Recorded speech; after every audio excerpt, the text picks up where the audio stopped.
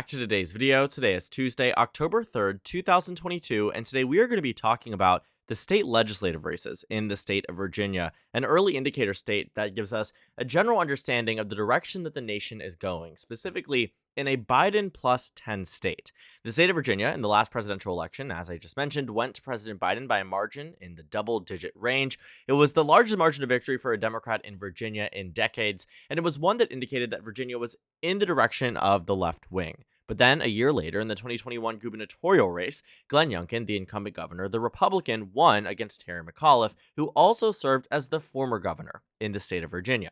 Now, the victory there was accompanied by a victory in the state legislative races as well, the focus of this video. The House of Delegates elections occurred alongside the same ballot, and Republicans actually won back their majority. They went from being in the majority in 2017 with roughly 63 seats, 64 seats, went down to 45 in the next election. Democrats ended up in the majority, but then they lost it in 2021, 52 to 48. About 7 seats picked up for the GOP, but it was monumental again because Democrats had such a strong hold on the state of Virginia just a year prior.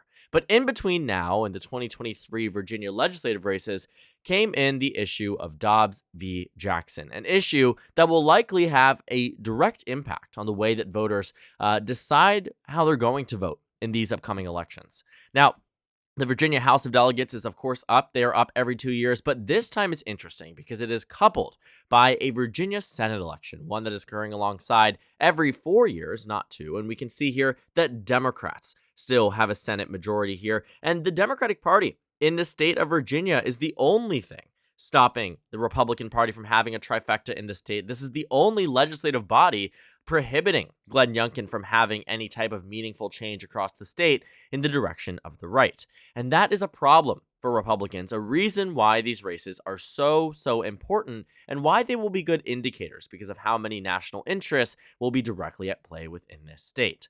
Now, the Virginia Senate elections, the Democrats have a roughly 22 to 18 seat advantage in the state. We can see that in the House of Delegates as well. Republicans are 52 to 48, so all around a very close race. It really just depends on how voters are, at the end of the day and how they want to vote when it comes down to these crucial and critical battleground districts, Senate seats, whatever it might be. Now, the Democratic Party has been spending a lot of money in the state of Virginia. It looks like they are recognizing the ultimate concern that the Virginia Democrats have had for a while, that Glenn Youngkin's influence will not only be just the thing that did them in the 2021 governor's race, but also might do them in 2023 when it comes down to these state legislative races. And part of me agrees. I think if you take away the extraneous factors of Dobbs v. Jackson and gay marriage and the Supreme Court, these are things that matter, but I'm taking them away for just a moment. The Republican Party would easily win on the approval rating of Glenn Youngkin alone. He is approved of well more than President Biden is, and in some instances is up about 10 points statewide. But that doesn't mean it translates to large victories in terms of overall support, right? It doesn't mean it translates to Republican victories in these competitive districts, and that matters. These state legislative races are also right around the corner. They're in around a month from today, and we will see that Democrats and Republicans will find their footing. They will find themselves in a state that was so pro-Democrat that immediately switched back to the GOP that now is in a bit of this limbo stage.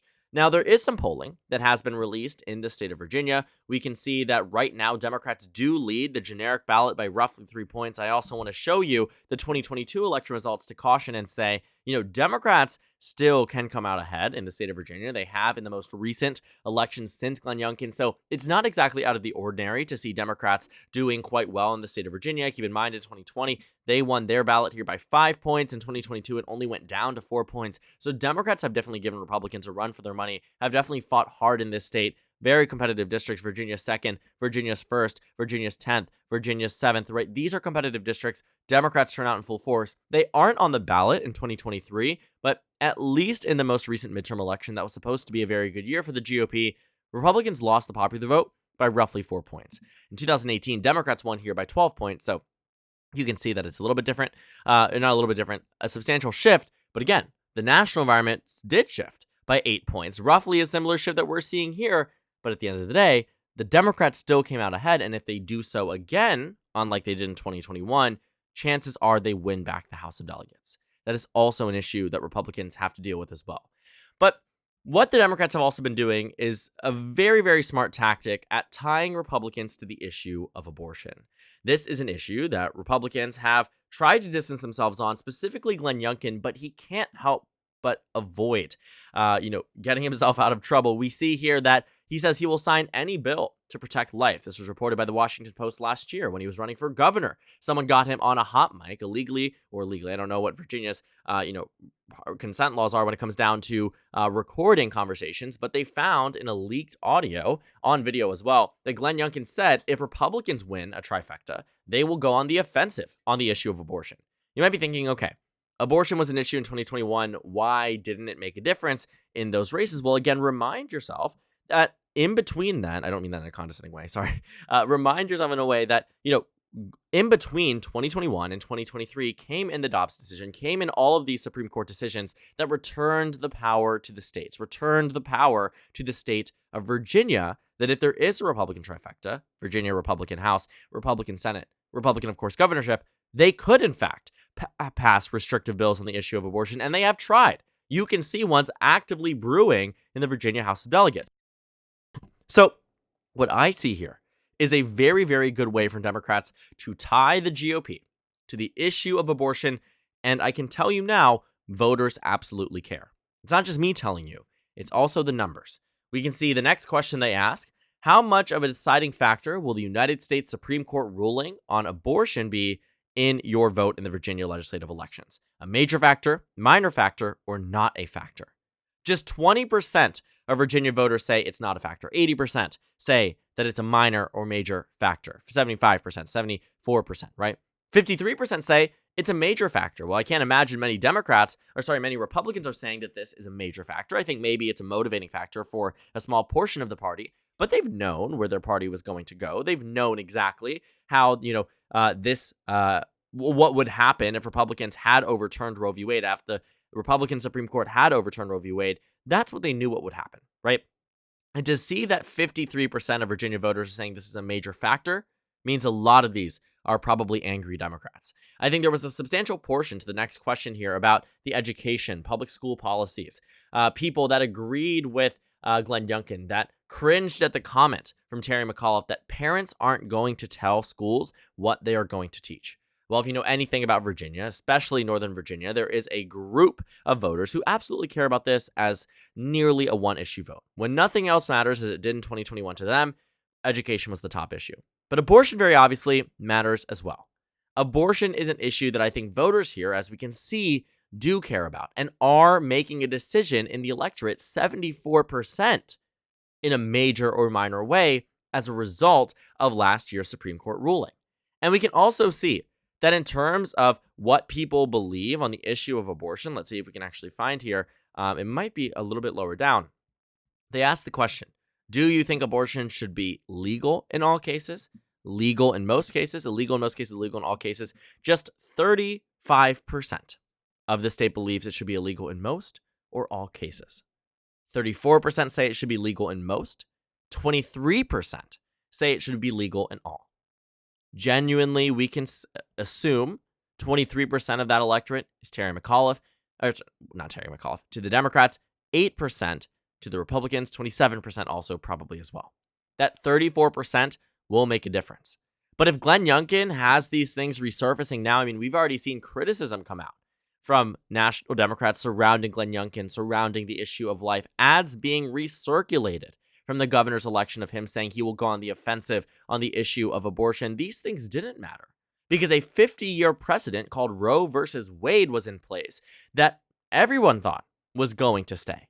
Now, national Democrats were raising alarm bells, but nobody was listening, right? Nobody expected the Supreme Court. Actually, a lot of people did. Let's not say nobody, but a considerable portion of voters genuinely believed that they would respect that 50-year tried and tested precedent. But in Dobbs v. Jackson, they didn't. And so now that issue has become so popular in the state of Virginia, has become one that has been dominating the way that Democrats campaign, the way that Republicans campaign, and now they are going tit for tat on this issue, and they're also fundraising equal amounts. The state of Virginia, though, I think Democrats now have a unique opportunity that they didn't have 2 years ago in the governor's election because issues that directly impact the state are at risk. abortion in the state of Virginia is presently legal, right? In the state of Virginia, you can get an abortion. It's a right that is protected by the House or the Senate Democrats. If you look across the country, you look at some states, even ones that voted for President Biden, for instance, the state of Wisconsin, right? Or you take a look at prior to Carrie Lake's loss and Katie Hobbs' victory, states like Arizona and Georgia, where abortion is restricted, abortion is banned. Even states like Michigan, where there was this draconian abortion law from the 1800s that was in place over 100 years later that banned abortion and was never overturned because of things like Roe v. Wade. Once that was implemented, it was null and void. But then after Dobbs v. Jackson, there was these trigger law bans, right? We remember them, that immediately went into place across the country.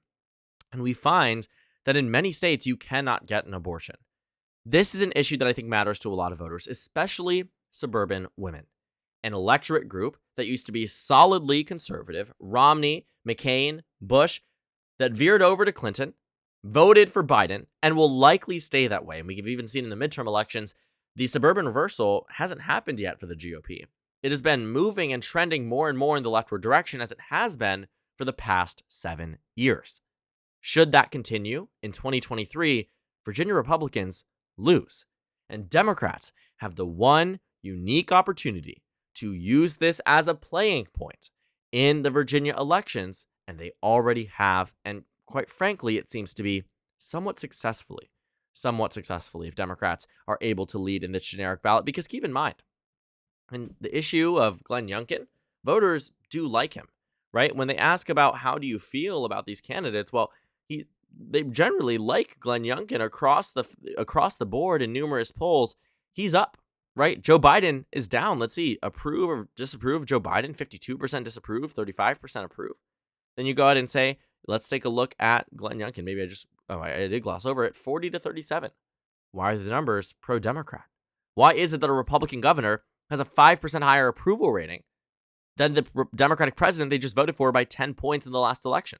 Why is it that President Biden has a 52% disapproval rating, whereas Glenn Youngkin only has a 37% disapproval rating, is overall not approved, again, as a Republican in what is largely seen as a blue-leaning state? So, that matters. But to still see that Democrats are ahead in the legislative generic ballot is still something. It is super important, if you ask me, because it means that Democrats are in a uniquely good position, one that they can ride to victory, but it cannot be overestimated. Democrats can still lose these legislative elections. Glenn Youngkin is a good campaigner.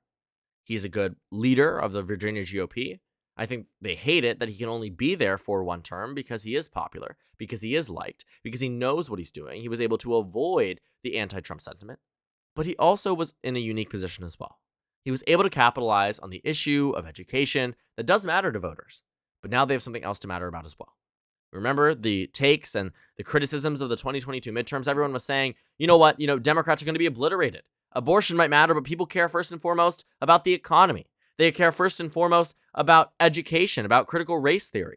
All of these things that Republicans went down this really deep pathway in, they dove deep, went on in, and they lost numerous races because of it.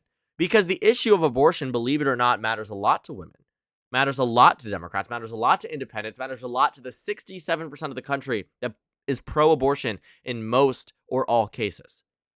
The 2/3 of this nation that is unified with one party, the Democratic Party, on this issue sees this as a possibility of something being lost should they vote for Republicans. That's why states like Pennsylvania and Michigan still have a majority Dem delegation. That's why Virginia has one. I mean, Glenn Youngkin was expecting Democrats to be obliterated across the state. They were counting on, I believe it's also Vega in Virginia's 7th district. They were saying it's going to go red. It didn't.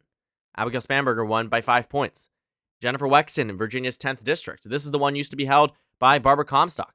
We can see in 2016, Barbara Comstock won that district by 6 points. Well, guess what? 2 years later, you see Jennifer Wexton win it by 12. In 2010, she wins it by 13. Redistricting happens, and she wins it by 7.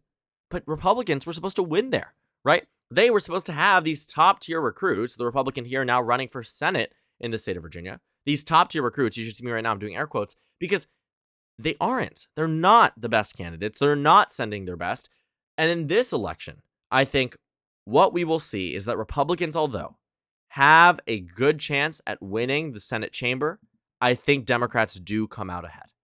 I say this because Democrats have been pretty consistently leading in the generic ballot polling. I also think this is the first time that Virginia voters, besides the midterms, will have an opportunity to vote on this issue of abortion in such a localized way, in a way that actually makes a direct impact on the outcome of the laws in the state of Virginia, and over 70% of the electorate is voting on this topic, as a result of the decision from the United States Supreme Court last summer. And we can see even that in years where Republicans are supposed to dominate and, do so well, that Democrats still are able to come out ahead in the state of Virginia, because at a bare minimum, Virginia still leans blue. So thank you guys so much for watching this video. Make sure to comment down suggestions below. Subscribe on the left if you haven't already, and check out the Instagram and Twitter. At the bottom left of the screen, there's also a Discord server for you to go ahead and join. On the screen, there's a video you can watch, and then a playlist for my 2024 election analysis videos. Again, thank you guys so much for watching, and I will see you all later today.